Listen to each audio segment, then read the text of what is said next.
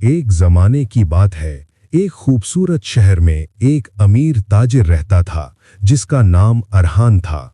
अरहान एक बड़े कारोबार का मालिक था जो कपड़ों और जेवरात की तिजारत करता था।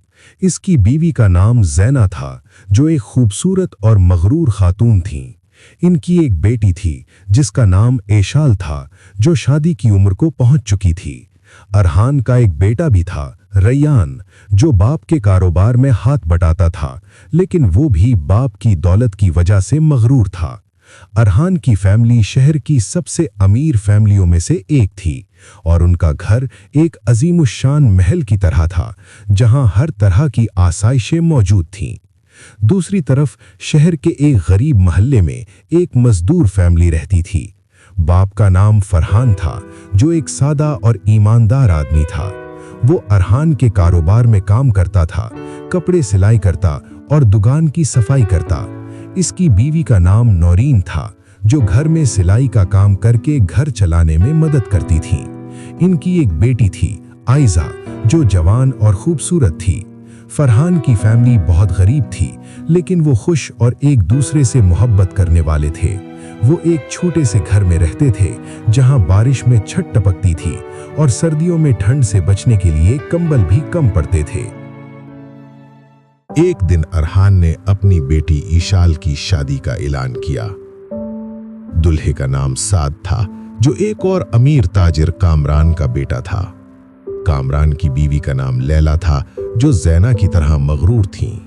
शादी की तैयारियां शुरू हो गईं और ये शादी शहर की सबसे बड़ी और पुरतयश शादी होने वाली थी।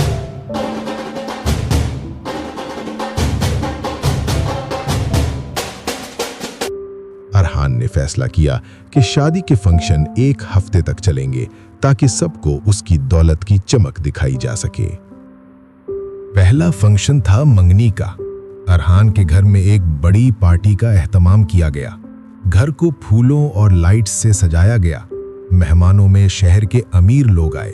ईशाल ने एक कीमती जोड़ा पहना जो हजारों रुपए का था और साद ने एक महंगी अंगूठी पहनाई। ज़ैना और लैला ने एक दूसरे की तारीफ की, लेकिन अंदर से हसद करती रहीं। फरहान को इस फंक्शन में काम करने का हुक्म मिला। वो दिन भर खड़ा रहा, मेहमानों को खाना पेश करता रहा, लेकिन अरहान ने उसे एक पैसा भी न दिया। जब फरहान ने उजरत मांगी तो अरहान ने कहा, तुम गरीब हो, ये तुम्हारे लिए एजाज है कि तुम मेरे घर में काम कर रहे हो, चलो काम करो। फरहान की आंखों में आंसू आ गए, लेकिन वो चुपचाप काम करता रहा। घर जाते हुए वो नौरीन से कहने लगा, अरहान साहब ने आज फिर दिल दुखाया। नौरीन ने उसे तसल्ली दी, लेकिन आयजा ने ये सब सुनकर रो दी। वो कहने लगी, अब्बू क्यों नहीं छोड़ देते ये नौकरी?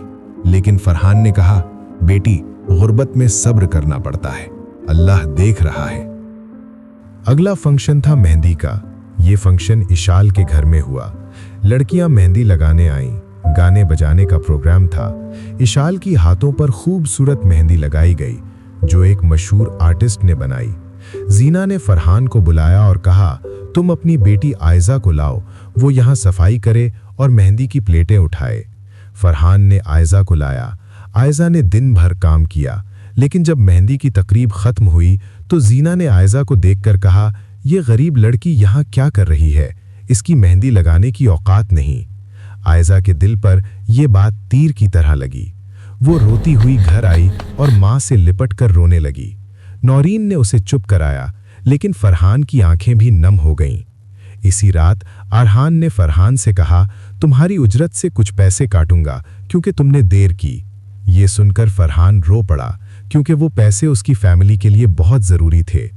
अरहान ने फरहान की जमा पूंजी भी एक बहाने से लूट ली, कहते हुए कि ये कर्ज है जो तुमने लिया था। फरहान के पास कोई सबूत न था, इसलिए वो चुप रहा। तीसरा फंक्शन था संगीत का। ये एक बड़ी पार्टी थी जहां डांस और मौसीकी का प्रोग्राम था। अरहान ने एक मशहूर बैंड बुलाया। ईशाल और साद ने डांस किया। रियान ने अपनी गर्लफ्रेंड्स के साथ पार्टी एंजॉय की। कामरान और लीला भी आए और सब ने मिलकर खुशी मनाई।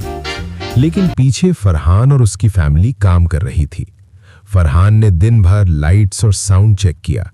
उसने थक कर एक गिलास पानी पिया तो रेयान ने उसे देखकर कहा, यह गरीब आदमी यहां पानी क्यों पी रहा है? ये मेहमानों के लिए है। फरहान की आंखें भर आईं। वो रोता हुआ काम जारी रखने लगा। उस रात अरहान ने फरहान को मजीद काम दिया बगैर उजरत के और कहा, अगर नहीं करोगे तो नौकरी से निकाल दूंगा। फरहान ने रोते हुए काम किया और घर जाकर फैमिली से कहा, हम गरीब हैं लेकिन अल्लाह हमारा है। चौथा फंक्शन था हल्दी का। यह फंक्शन दूल्हे के घर में हुआ। कामरान के घर को पीले फूलों से सजाया गया। साद पर हल्दी लगाई गई और सबने हंसी मजाक किया। जीना और लैला ने एक दूसरे को तहाइफ दिए, लेकिन फरहान को फिर बुलाया गया कि वो सामान उठाए। आयजा भी आई और उसने देखा कि अमीर लोग कितनी बेपरवाही से पैसे उड़ा रहे हैं। जब आयजा ने एक प्लेट गिरा दी गलती से तो लैला ने उसे बुरी तरह डांटा, तुम गरीबों की औकात क्या है यहां आने की, जाओ बाहर। आयजा रोती हुई बाहर चली गई। फरहान ने यह देखा तो उसका दिल टूट गया। उसने अरहान से कहा, साहब मेरी बेटी को माफ कर दें। लेकिन अरहान ने कहा, तुम्हारी बेटी ने नुकसान किया है, उसकी उजरत से काटूंगा। यह सुनकर नूरीन घर पर रो पड़ी जब फरहान ने बताया। अब शादी का दिन आया। बारात का फंक्शन था। अरहान के घर से बारात निकली। घोड़े, गाड़ियां, लाइट्स, सब कुछ। ईशाल को दूल्हे की गाड़ी में बिठाया गया। मस्जिद में निकाह हुआ और फिर वलीमा की तकरीब। सब खुश थे। नाच गाना चल रहा था। फरहान और उसकी फैमिली ने दिन रात काम किया, लेकिन अरहान ने उन्हें एक पैसा भी न दिया। इसके बरक्स उसने फरहान की बाकी जमा पूंजी भी एक झूठे इल्जाम में लूट ली, कहते हुए कि तुमने सामान चोरी किया है। फरहान रो रो कर थक गया। आयजा ने देखा तो वो भी रो पड़ी। नौरीन ने कहा, अल्लाह, ये जुल्म का बदला तू कब लेगा? शादी के चंद दिन बाद अरहान की जिंदगी में तूफान आ गया। उसका कारोबार एक बड़े घोटाले में फंस गया। उसके पार्टनर ने उसे धोखा दिया और अदालत ने उसकी जायदाद जब्त कर ली। अरहान एकदम से गरीब हो गया। उसका घर बेच दिया गया। जीना रो रो कर बीमार हो गई। ईशाल और साद की शादी टूट गई क्योंकि कामरान ने कहा, अब तुम गरीब हो, हमारे कैलिबर के नहीं हो।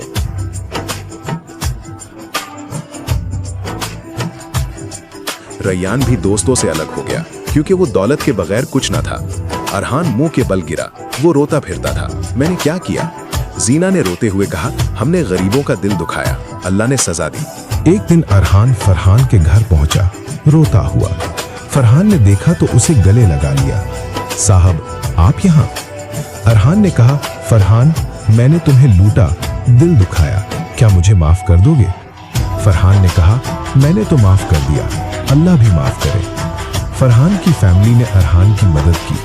आयजा ने जैना को खाना दिया। नूरीन ने सबको तसल्ली दी। अरहान को एहसास हुआ कि दौलत से ज्यादा अहम रिश्ते और मेहरबानी है। कुछ दिनों बाद फरहान की मेहनत से अरहान दोबारा खड़ा हुआ, लेकिन अब वो बदल चुका था। उसने फरहान को अपना पार्टनर बना लिया और सब खुश रहे। ईशाल की शादी एक अच्छे लड़के से हुई और सब ने मिलकर खुशी मनाई। इस कहानी से सबक मिलता है कि गरीबों का दिल न दुखाओ, उन्हें न लूटो, क्योंकि अल्लाह जालिमों को सजा बड़ी सख्त देता है। दौलत आती जाती है, लेकिन अच्छाई हमेशा रहती है। मेहरबानी करो, अल्लाह बदला देगा।